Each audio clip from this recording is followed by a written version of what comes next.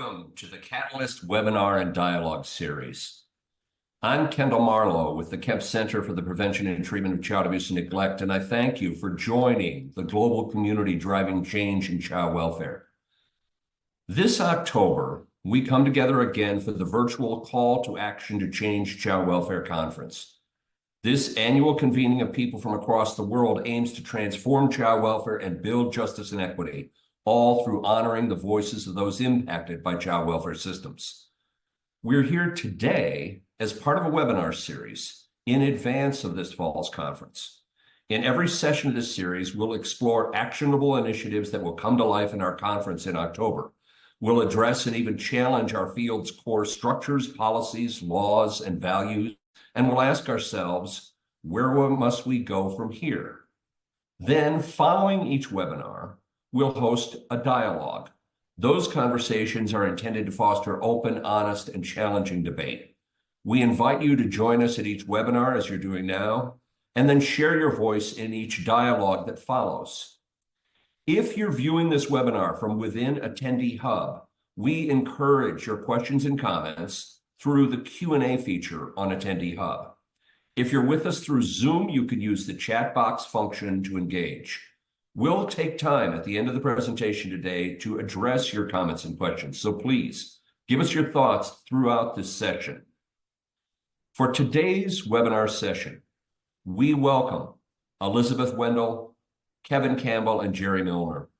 Elizabeth Wendell is the president and co-founder, and Kevin Campbell is the CEO and co-founder of Pale Blue, a collaboration that seeks to disseminate learning and participatory methods at the intersection of equality, economics, and the environment for the foundation of human health, flourishing, and justice.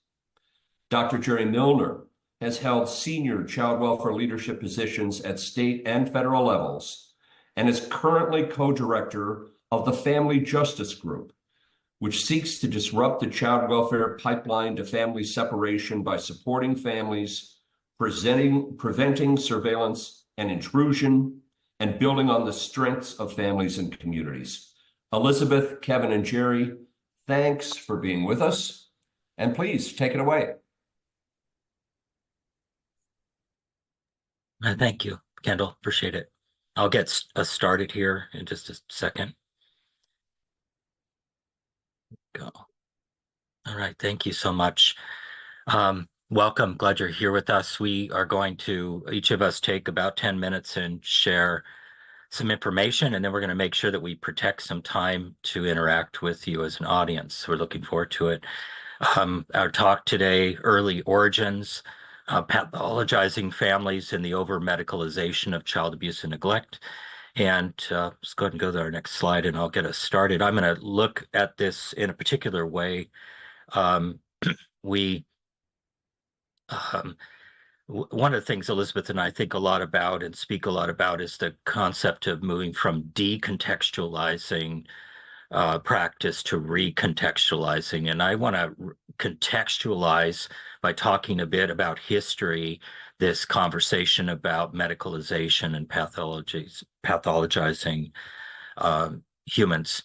And I've made a couple comments here. First on my own, I'm going to tell you a brief history of solving what I call the problem of poor people. My quote from Hegel here is, "We learn from history that we do not learn from history." And I want to reflect that in a historical context. We're going to start by looking next at a short video with a wonderful colleague, David Sanders from Casey. And I just want you to listen to David say some really important things in this very short clip. So the concept of a 21st century child well-being system came from work that I was fortunate to do with the Commission to Eliminate Child Abuse and Neglect Fatalities. And that commission wrestled with the question of what we need to do to eliminate child abuse and neglect fatalities. And what we really came up with was that our approach, which was rooted in the 20th century, is not sufficient to actually get to a reduction or an elimination of child abuse and neglect fatalities. And that we really need to look at brain science, we need to rethink our approach so that we aren't simply reacting to abuse or neglect, but we're intervening much earlier. We need to look at what we've learned about child development and make sure that we're recognizing the challenges that young children particularly face. And we need to look at the technical excellence in terms of the delivery of services, decision making, and so forth. So the 21st century child welfare system is really saying there's a gap between what we know and what we do, and we have to close that gap. Yeah. A useful quote. There's a gap between what we know and what we do. We need to close that gap. However, I want to again make a commentary on moving from decontextualizing to recontextualizing. I don't think that we've seen much evidence that we've been able to close that gap by simply thinking about what our future might be. I think it's necessary when we're confronting challenges like this to, as we often talk about, to welcome the complexity in the conversation rather than looking for simplistic explanations. And that complexity is you can't really think about this vision of a 21st century system without reckoning with the history that shapes the present we find ourselves in. And so I want to talk a little bit, just for a few minutes, on some historical context that I think is important. Of course, it's my perspective. Let's go to the next slide, please. Thank you. So I want to begin this story 423 years ago. Probably a lot of you are social workers, and so you'll recognize this conversation about the poor laws in 1601 as sort of social work 101. But I want to make a particular, just pull a very quick comment here, and that is as you all know, the common street level reflection on the poor laws is this idea that that carries through, which is it was said to be a sin to be poor. Here's the argument I want to make here. There's a lot going on in England in 1601 that geopolitically, internally with the crown. And so we don't have time to get into that. But I think that the thing I want to pull out of this idea is that what the poor laws do, as an example, is they effectively situate the problems of poor people within poor people themselves. They don't see poor people as owning any solution. And I should say, in the context of colonization, poor people the categories need to be broadened, as we see during this time, the explosive growth that continues for hundreds of years of the British Empire, that includes not only the poor in the homeland, but we began to see this welfare system, such as they had it, start to interact with indigenous peoples who experience colonization. So this is a really complex notion, but what it does very conveniently is it places responsibility, it places the problem in the bodies and lives and souls of the poor and of indigenous folks, and it places the welfare system in a position of thinking about how do we construct institutions and finance institutions that create an ability to control these populations and not allow them to interfere with the prosperity of a privileged society here. I don't mean privilege necessarily in the crown itself, but privileged societies, largely landowning white men, particularly in that context. So I want you to carry out of this example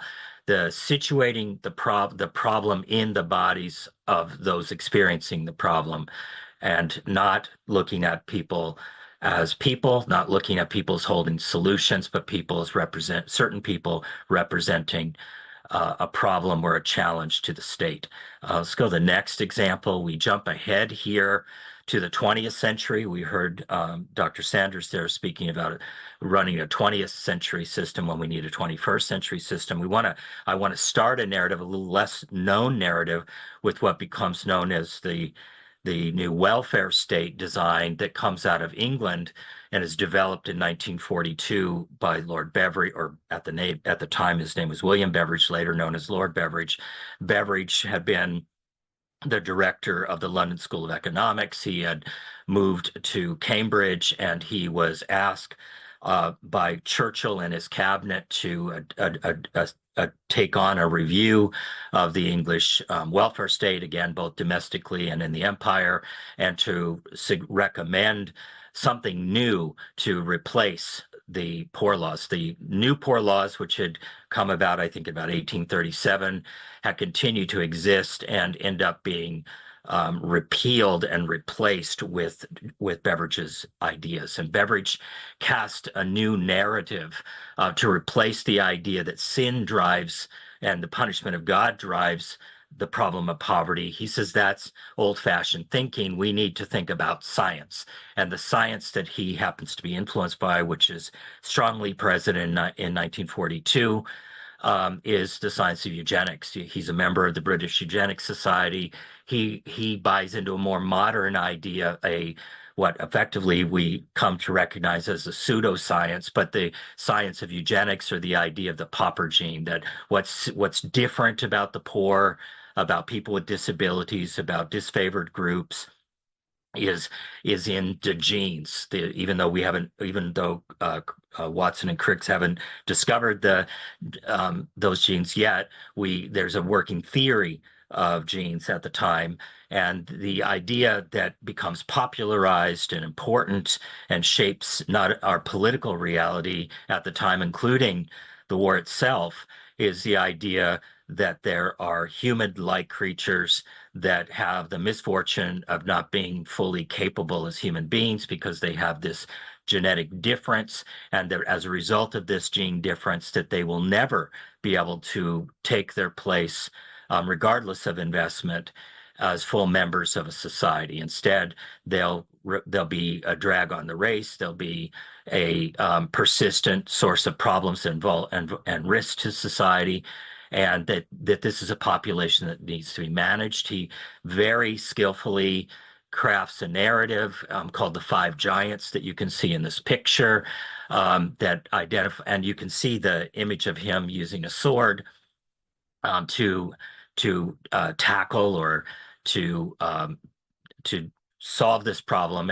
And part of these ideas, some of which continue to be important in the English context, for example, the National Health Service, are continue to be valued, but the underlying ideas are that is that the theory is that instead of sin being the source of the problem, it is a genetic difference that's a source of a problem, and it's this problem that can't be overcome by policy. So therefore, what Beveridge ends up inventing that's important in our context is he invents the idea of casework, the idea of social welfare bureaucracies as needing to be constructed and financed.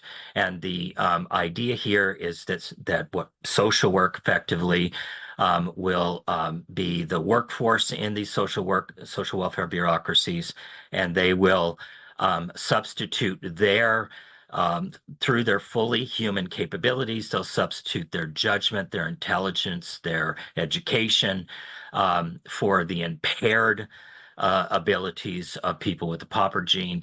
And this design of the social welfare bureaucracies will exist while another thing is perpetuated, and that is the use of forcible or coercive sterilization of women. So this design suggests that the social welfare bureaucracies will need to protect a privileged society from the subhumans, and that the ultimate solution to this, unlike what happens in the war with the Nazis, which was the murder of people, in this case, something that becomes known as positive eugenics, is instead allowing people in this group to exist, but limiting their capacity to have children, and therefore ultimately ending this group and their existence. So again, we see the importance of the story. Again, we see another example of the idea of situating the responsibility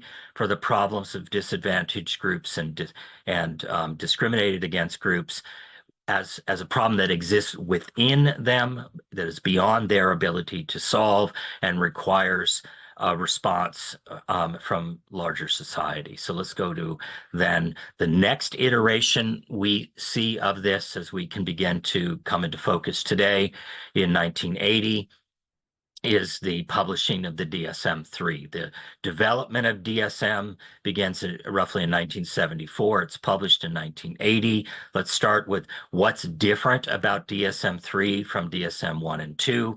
And a big difference between DSM-3 versus 1 and 2 is the decision that that in the DSM-3 development that they're going to be agnostic on the causes of psychological distress. Instead, they're going to focus the DSM-3 on the descriptions or the I should say the symptom descriptions of mental, what they think of as mental health problems or disease, and they're going to focus also on the categorization of these disorders as what is important. We see here two things happening. One, again, consistent with history, is the idea that in human distress and the responsibility for human distress is thought of as originating in the body and in the brain, and therefore, just as we see in the earlier examples, people who are experiencing distress are seen as both the origin story of the problem itself and the sort of location for change has to happen in the person. It's seen, again, intentionally here because they were agnostic about causes. It's seen as existing separately from the social, political context and racial contexts of people. We see I think what's important here, again, put this now, sort of tie this into this particular talk, is this context. Remember, the DSM development is happening in 1974. What else is happening at that time? We see, of course, we see, I think it's worth mentioning in the context of child welfare that you really can't look and think about the history of child welfare policy in the United States and see it as existing separately from what else is happening in terms of legislation and politics in the United States at the time. It's particularly, I think, important to look at the 1970s, for example, and look not just at, relevant topic here would be the legislation we know of as CAPTA, but it's important to look at what else is happening at the time that CAPTA is taken up by the legislature and passed into law by the Congress. And that is, for example, to give you a tenor of this, in 1970, there's a passage of a bill and it's signed into law by President Nixon called the Family Planning and Population Research Act. This act has a particular and dramatic consequence, not much discussed at that same time, and that is what the reporting is between 1970 and 1976, as a result of this act, 25%, where it's thought that 25% of Native American women were forcibly or coercively sterilized as a result of this act. The result of this by the 1980 census is that Native American women are reported to have a birth rate that is half of all other groups of women in the country. I'm making that narrative to make a point when as you think about the history of various reforms, the history of legislative reform, and how it shapes social policy and welfare policy in the United States. We have to look at not just the things we would like to look at in those things, but we need to look at their practical consequences from a justice standpoint. The fact is, at the time that the thinking that's underway as DSM is being developed between 1974 and then released in 80, the Family Planning and Population Act, the then subsequently CAPTA, and I would say politically, if I could, and then I'll move on. Certainly by 1980, we can look back at neoliberalism with Thatcher and Reagan and the targeting of the welfare state design as two as too generous, and the move towards a welfare, or I should say a poverty industry design. There's a lot going on here that we need to consider. And I think, as I showed you the David Sanders video, it's not enough simply to think to ourselves that we could just leap into some kind of valued new future as though these things had not happened, as though they didn't have consequences. I'll sum this up. As I was thinking about sharing this with you, I was a theory that came to my mind that seemed relevant, and I offer as a challenge to us as we move forward in our thinking, is the concept that we've all become familiar with our Supreme Court, and that's this concept of originalism, the idea or theory of some that when we consider legal ideas and precedents, that we have to consider the literal language of the framers of the Constitution and consider what they were thinking in relationship to whether these are constitutionally relevant ideas and laws.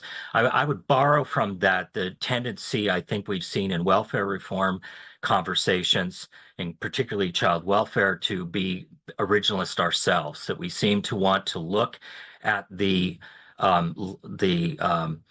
entitlement programs that we continue to operate from the war on poverty programs in the terms of what we like about them, what we get from them. We tend not to want to center in the conversation the consequences that persist in those constructs that were built and shaped very strongly during the war on poverty years by the Beveridge Report and the exportation of Beveridge's ideas as the basis for the welfare programs that would be developed in the post-war period across the West. And I'll stop there and hand it over to Jerry to talk about what happens. Where does this take us? Thank you.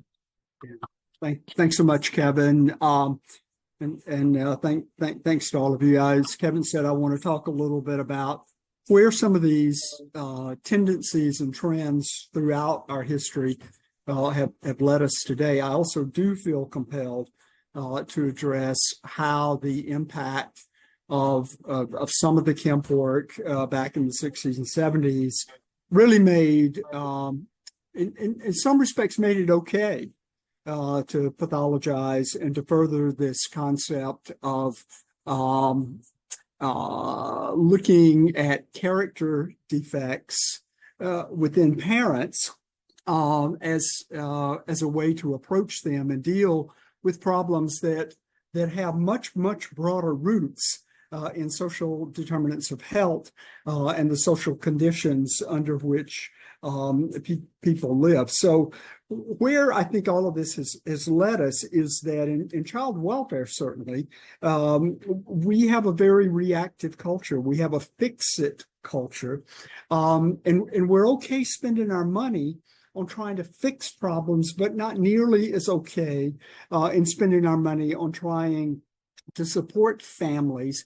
And some of the negative attitudes about families historically have contributed to this. We have a near obsession with clinical interventions that have multiple standards, gold standard research studies behind them, which assumes that all families in distress out there need clinical interventions, that there's some underlying pathology there. And I just don't believe, well, that is true in some situations, not the prevailing thinking that we have out there. As an example, we have the Family First Prevention Services Act, FFSA, which claims to be prevention-based, but it only kicks in after a child is at the front door of foster care and families have suffered enormous trauma. And then it becomes a clinical fix-it approach, suggesting that there's something inherently wrong with parents,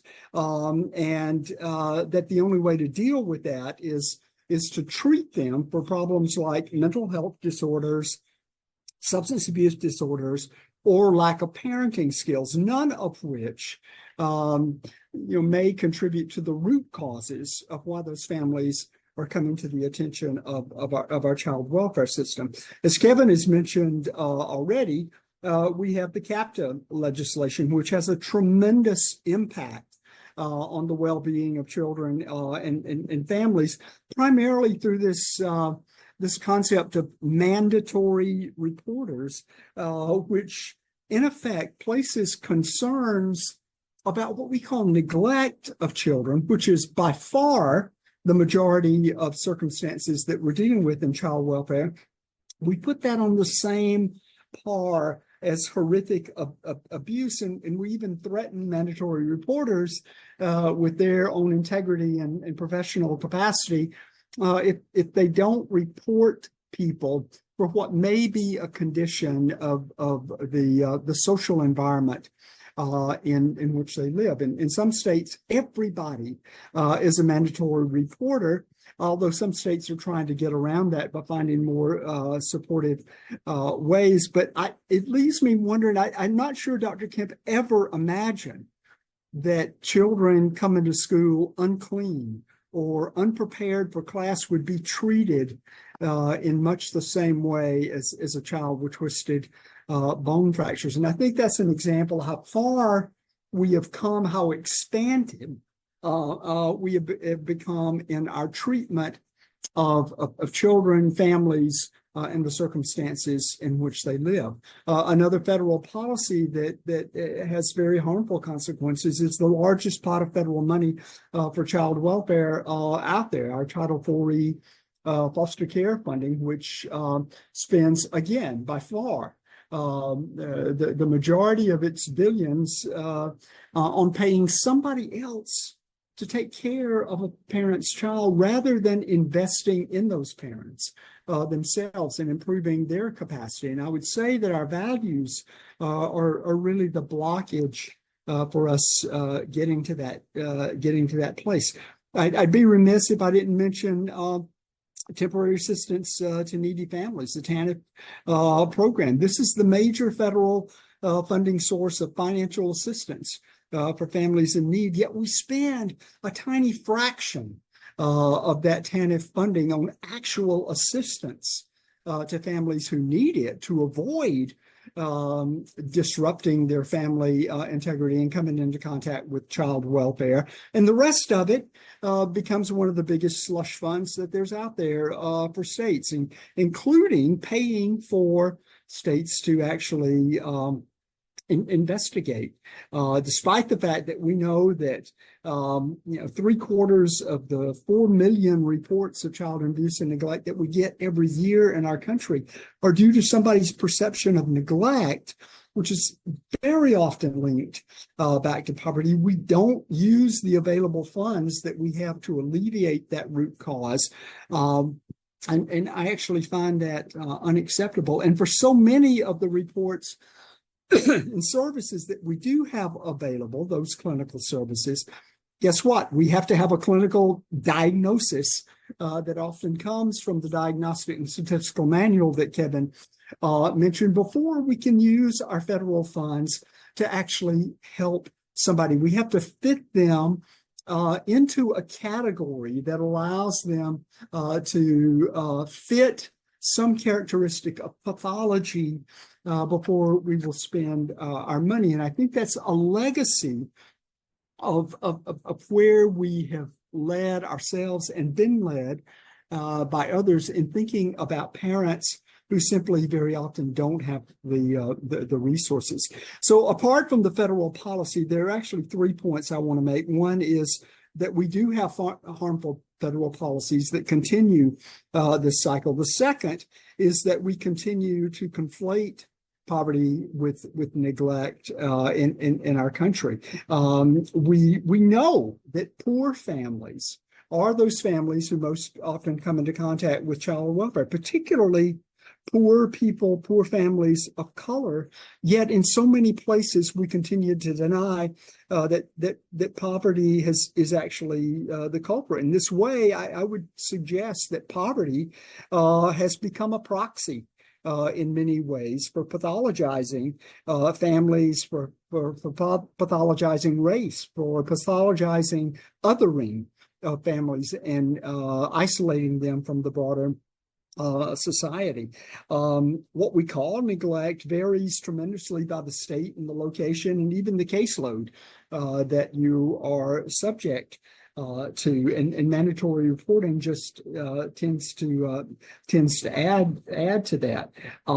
We're really quite content, I think, in our society, and nothing is 100%, so I don't want to overgeneralize, but it's far easier, I would say, for us to blame parents for their lack of resources and to rely on stereotypes of parents who receive public assistance rather than taking responsibility for the social conditions that inflict harm on parents and families, because that means we actually then have to do something to help alleviate some of those social conditions. And certainly in the world that I spend a lot of time living in, we continue to deny that racism plays a major role in who comes into child welfare and foster care, despite the fact that over half of all Black children in our country will be subject to a child abuse and neglect investigation before they reach age 18, despite the fact that Black children in our country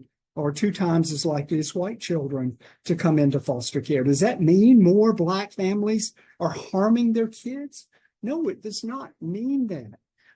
It means something very different about the social conditions and the environmental factors that so many families in our society have to live within every day. And the third and final point that I want to make about where this has left us today in terms of the present moment, I think we are left, in fact, with a pathological perception of parents and a set of values that makes meaningful change very, very difficult. Not impossible by a long shot, but very difficult. While at the Children's Bureau and advocating very strongly for federal funding, particularly out of our Title 40 foster care pot of money, funding for family support and primary prevention, I actually had an influential Hill staffer say to me that, well, I don't think we should be using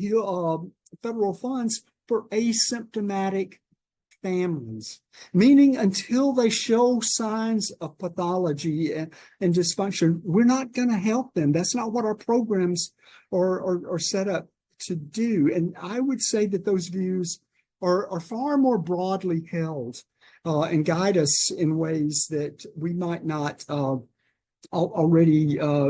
we might not risk. And as a result of some of these policies, particularly mandatory reporting, families tell me all the time, every week, I'm afraid to go in and ask for help because anybody that can help me is also legally bound to report me, even if it's because I'm living out of my car and I don't have food for my children tonight through no fault of my own because I just left a domestic violence situation, as is the story of a woman that we know who finally mustered up the courage to go in and say, I've got to have help. And her worst fears got realized. She got reported and her kids got removed. We're not set up to encourage families to ask for help until they are at a place where we can attach a label, a diagnosis, a pathology to them. And I would say that is just fundamentally wrong. For a largely medical audience here today, I wonder how many of us would say that we should only offer medical treatment to people after their symptoms arise and toss out the idea of preventative medicine. Would anybody say that we should withhold COVID vaccine or flu vaccine or polio vaccine until the patient has fever, chills, and other signs of illness? And yet we do the same thing in child welfare every single day. And it's absolutely inhumane in my perspective. But it's also a result of what we have been taught and what we believe about people who we don't know at all and have not experienced their life conditions who are involved in our child welfare system. I will admit there are a few families, a few parents who cannot and should not have their children in their own care. But that does not account for the nearly 400,000 children in foster care in our country, and continuing to rely on only clinical services rather than support for basic needs, to rely on over medicalization and pathologizing families will only continue to take us further away from the strength of a person's health and well-being, and that includes their relationships, their connections, and their sense of belonging in their communities, their families, and with all the people who are important in their lives. So with that, I'm going to shift it over to Elizabeth to talk a little bit about where that might lead us from here. Oh, thanks so much, Jerry. I have to admit, I just wrote this down. I don't know why this comes to mind, but as you talk, Jerry, I wrote, if you are a hammer, everything is a nail. And that's how I think about the system that we've got now. And so my hope for this next little bit is to just offer some action. What might we do instead, or what might we stop doing is the other piece we don't think about. And I think that starts with thinking about the entire structure and design, where it comes from, as Kevin offered us in brief, so that we can stop being a hammer and seeing everything as a nail, right? We're positioned that way in the way that our system is structured, and I think we've got to think about that. That starts with something we've already explored, which is we cannot continue to pretend that we are going to have 19th or 20th century design solutions to the problems, worries, focuses that we have in our current, I'm not going to call it the system, I'm going to call it the society here for a minute. It simply doesn't work that way, because the problems that we have now are in this modern era. We cannot continue to think about, I'll use Jerry's example here, we cannot continue to think about how we're going to build health if you can only have the right to health once you've got a disease and a disease category to be managed, which I realize this is a direct comment, but that's what our healthcare system really is at present, right? It's a disease management process. If everything is, if you are a hammer, everything is a nail. So I'm gonna work small to big here. The first one that comes to mind is one of the big things we can do as we're future focused is be really intentional about the language we choose. How are we speaking about these challenges and problems, and who is defining them? And I want to pick some big words in child protection work that we all think about quite often, things like safety, permanency, health. Who has the right to define what those things are? Who has the responsibility to design solutions around what those things are? As Jerry just said, now we have a system and policies and legislation and practices all the way down to direct practice in something like social work, where the responsibility and the assumption that the responsibility can only be situated in professionals and professional communities rather than in communities, families, parents, young people, neighborhoods, cultures, tribes. That starts with language. How do we define these things, and how do we collectively speak about them? That leads me to this next piece, which I think is important. We have this system that's designed around situating, as Kevin stated, the responsibility, the disease within the bodies of people, right? Black, brown, indigenous people, parents, poor people, people with disabilities, take your pick. But even in creating those buckets, we're situating the power, the sort of onus of responsibility and control in systems, structures, societies against people, communities, rather than vice versa. What would it be like if we could appreciate instead that parents and families are the agents of change? Parents and families are the doctors. Parents and families and communities are the dosers, or place, situation where we are situating the medicine. And when I use the word medicine here, I'm going to be a little bit more expansive and think about it in terms of, what if being with my parent is the medicine? What if having access to my culture and community is the medicine to either help me with managing a disorder or a disease redefined, or just continuing to build my health, right, in a true healthcare context. This is just a commentary to some of Jerry's notes about the legislative piece of this. And I mentioned at the beginning here that it's not only about thinking about what we might do instead, but what we stop doing. And sometimes the things we might stop doing would be including repealing particular legislation. I'm going to pick on just one in the interest of time today, but Jerry mentioned twice, I believe, CAPTA as legislation that positions all different kinds of professionals and mandated reporters and people in a role of police or oversight or looking for the problems that we then situate in for people or people of color, rather than a partnership role where people have access to a system or a society structure based on what we would call a capabilities framework. A capabilities framework, instead of what's wrong with you in the medical context of, for example, DSM criteria. What if the questions we're asking or the framework we're using in social welfare, specifically social work, or parent legal representation, or courtrooms, or legislative processes? The first questions instead, the first language instead, is what do you have a lot of? What are you really good at? A capabilities approach looks at the strengths, solutions holistically that people have in their communities, in their family structures already. If you are looking for what people don't have, what's wrong, and then using that as the process to kind of gather information and think about how we're going to create a diagnosis to then create the treatment plan that we can get paid for, you're only looking for need, things people don't have, problems.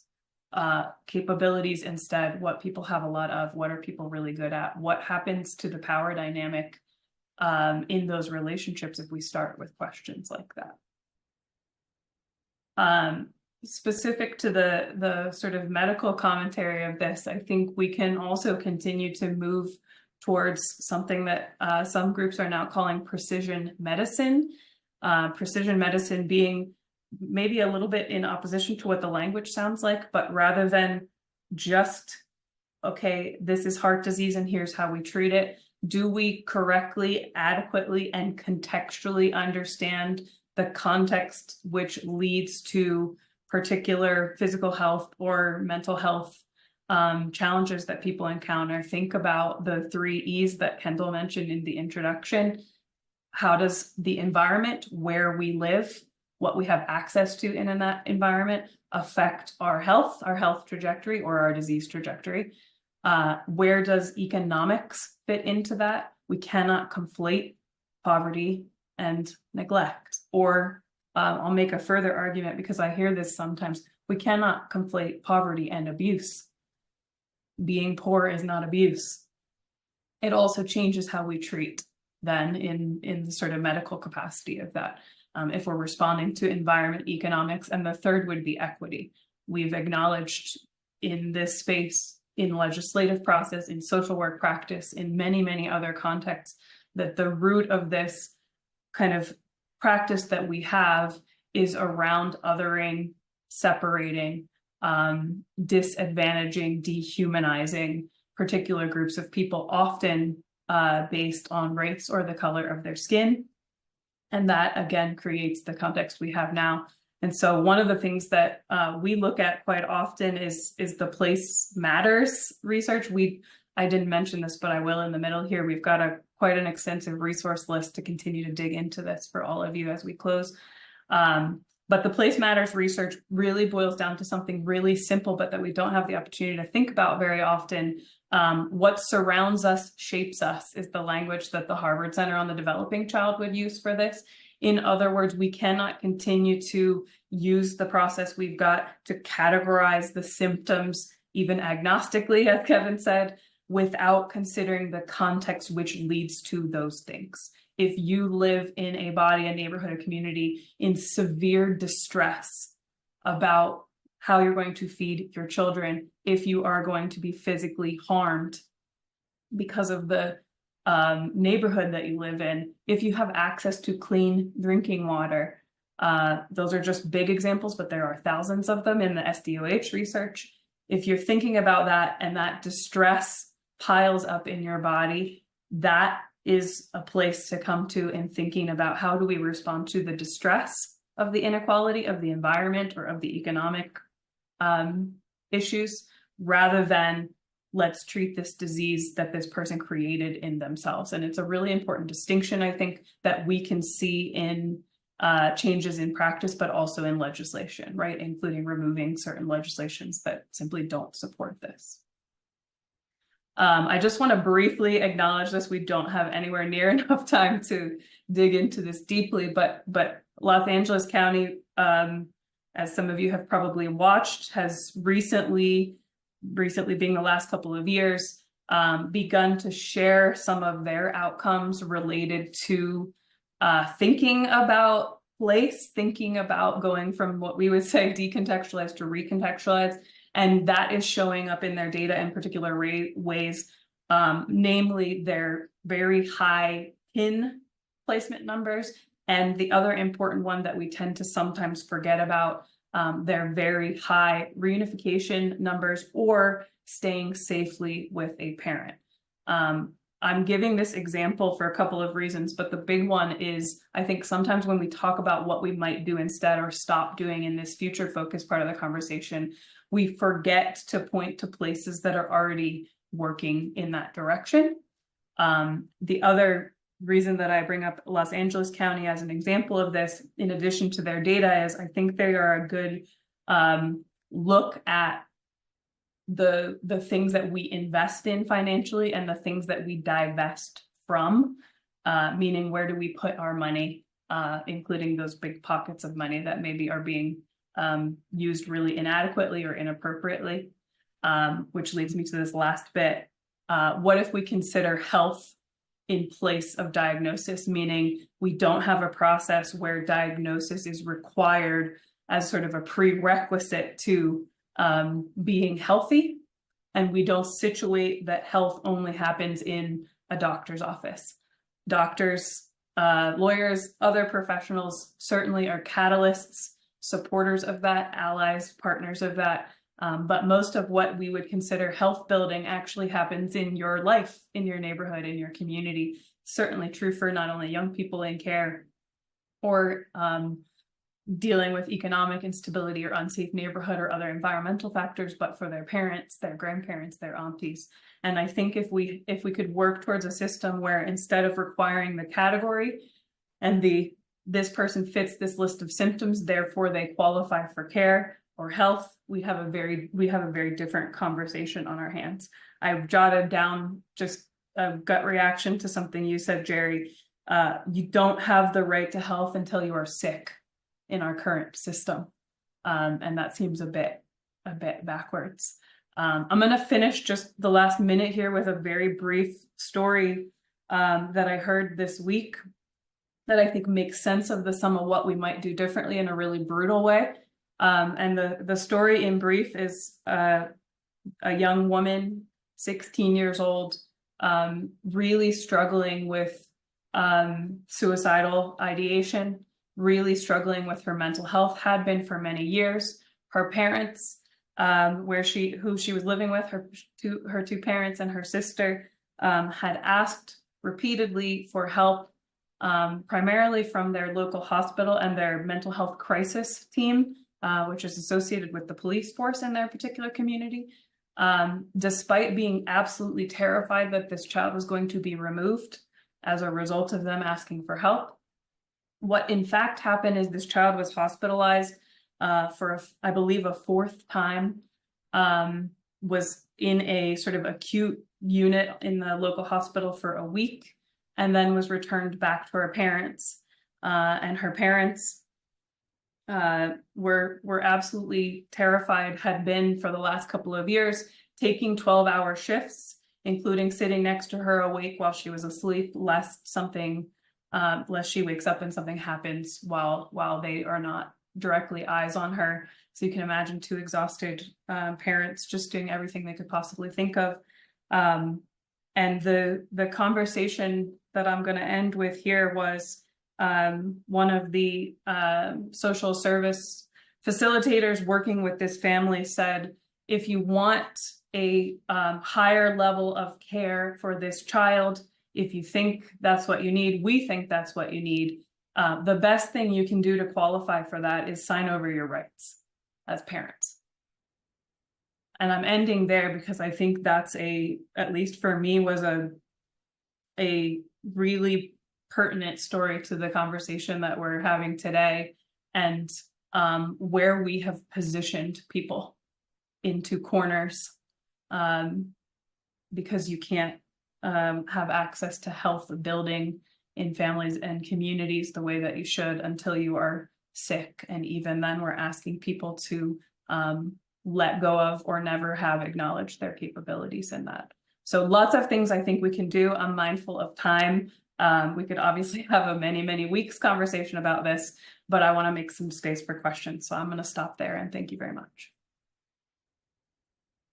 So thank you for all of that. I do want to encourage folks, pop questions into the chat box. If you're on Zoom, go right ahead. Questions, thoughts, comments, reactions. And on Attendee Hub, it's the Q&A function. And those questions will get routed to us. Let me jump right in with one. You make a very compelling case, all three of you, that it isn't just a matter of certain laws or policies that we might think aren't right. Those laws and those policies come from our values that are deeply embedded in our society, go back all the way to the heritage we received from the English style of addressing these issues. And more recently, you mentioned the Reagan-Thatcher era of welfare queens and welfare Cadillacs and the demonization of the poor. Those are pretty deeply embedded values in our society. Can those be changed? And how do we do that? Well, I'll start by suggesting one small thing, which is we're trying to do here. In order to change that, you'd actually have to talk about it. You'd have to have the discourse. You'd have to keep it centered. Look at the most recent major reform effort in child welfare, which is the Families First legislation.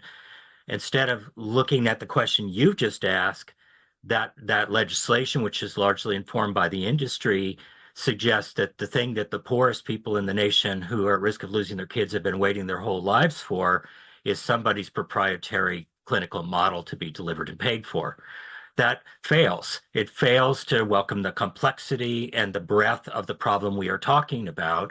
The more we narrow this conversation to being an imagination about making small improvements to a discrete system, the more we end up with not addressing the very questions that the person is asking. These quite frankly, if I quick story. We did a Together in Truth, hosted a Together in Truth, or convened an event in a series of events of work by parents involved with the child welfare system in the District of Columbia.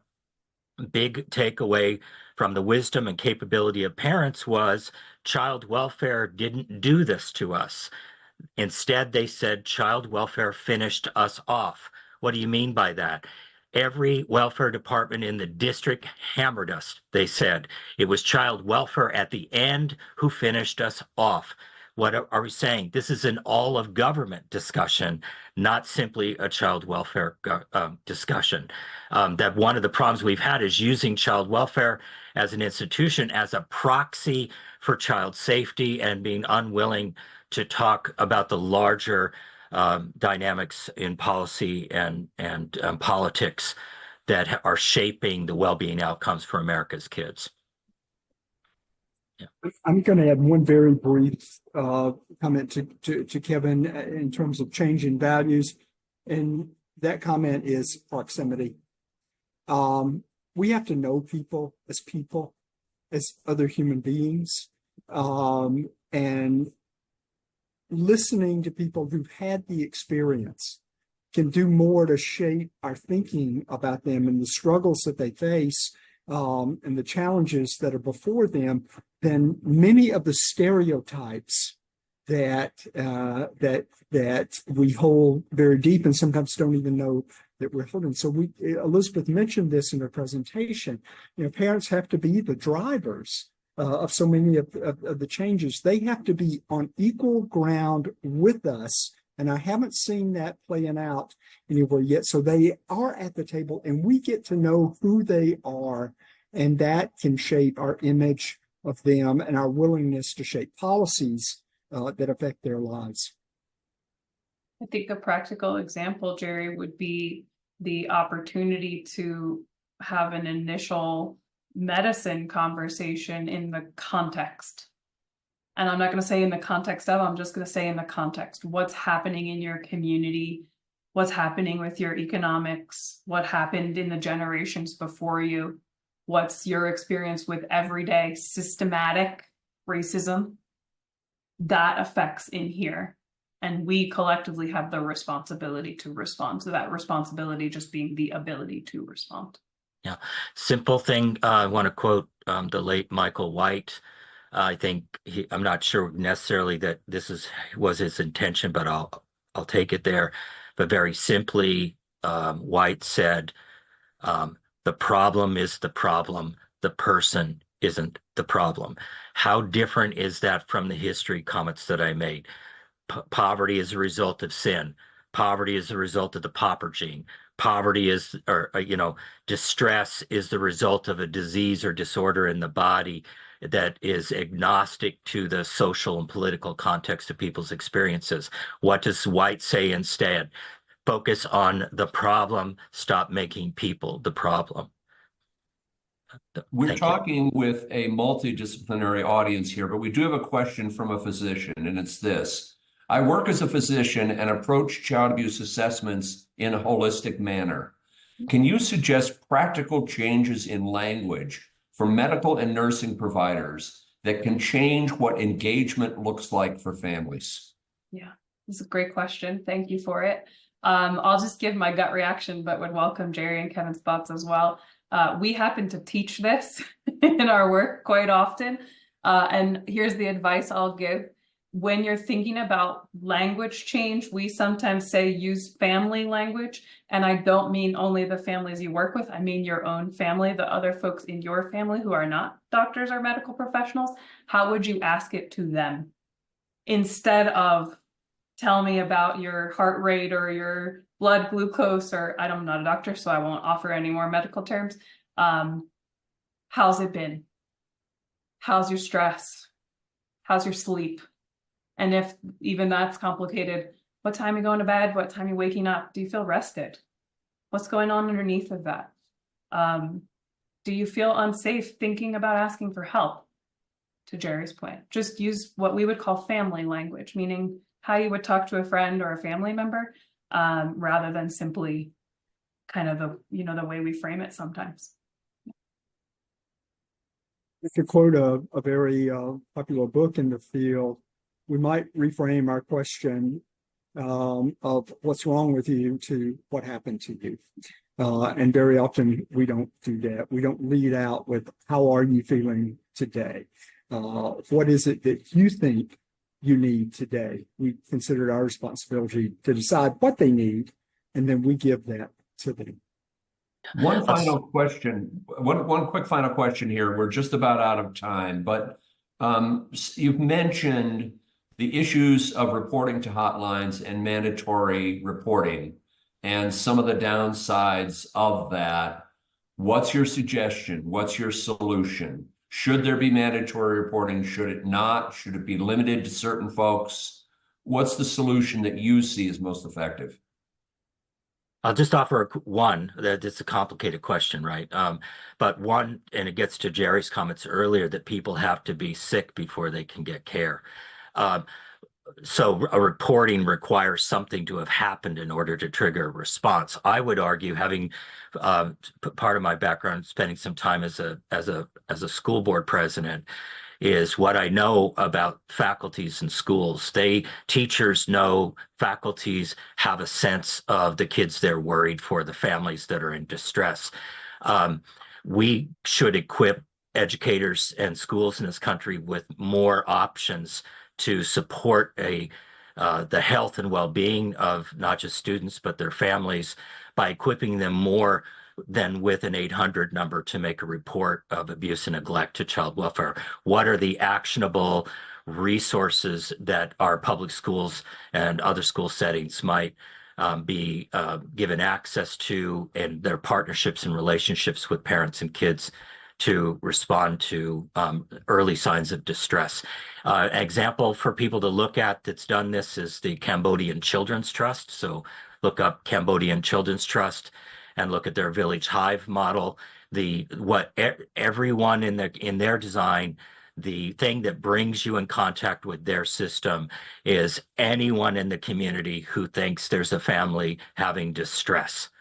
A loud fight the night before, anything that leaves you worried about a health emergency with someone in the household, that triggers a response of support, not a response of investigation and policing. And creating alternatives for people who think they're calling a hotline to get a help for a family.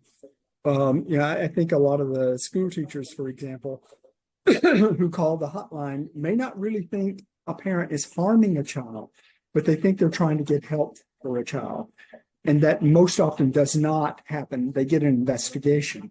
When we create alternatives such as warm lines, which a number of states are beginning to do, and give mandatory reporters the permission to call a warm line to get help, rather than reporting suspected harm to a child, I think that will go a long way. And beyond that, allowing for professional discretion in terms of what gets reported as actual child abuse.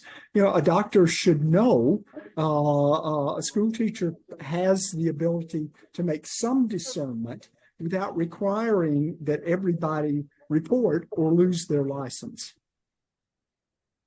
Thank you. Thank you, Elizabeth, Kevin, and Jerry. Many thanks in the comments as well. You stirred a lot of thought, reminding all of our listeners and participants here today, there will be a dialogue session where we can dig into this further. You should be getting a communication on that through the same channels that you received this invitation.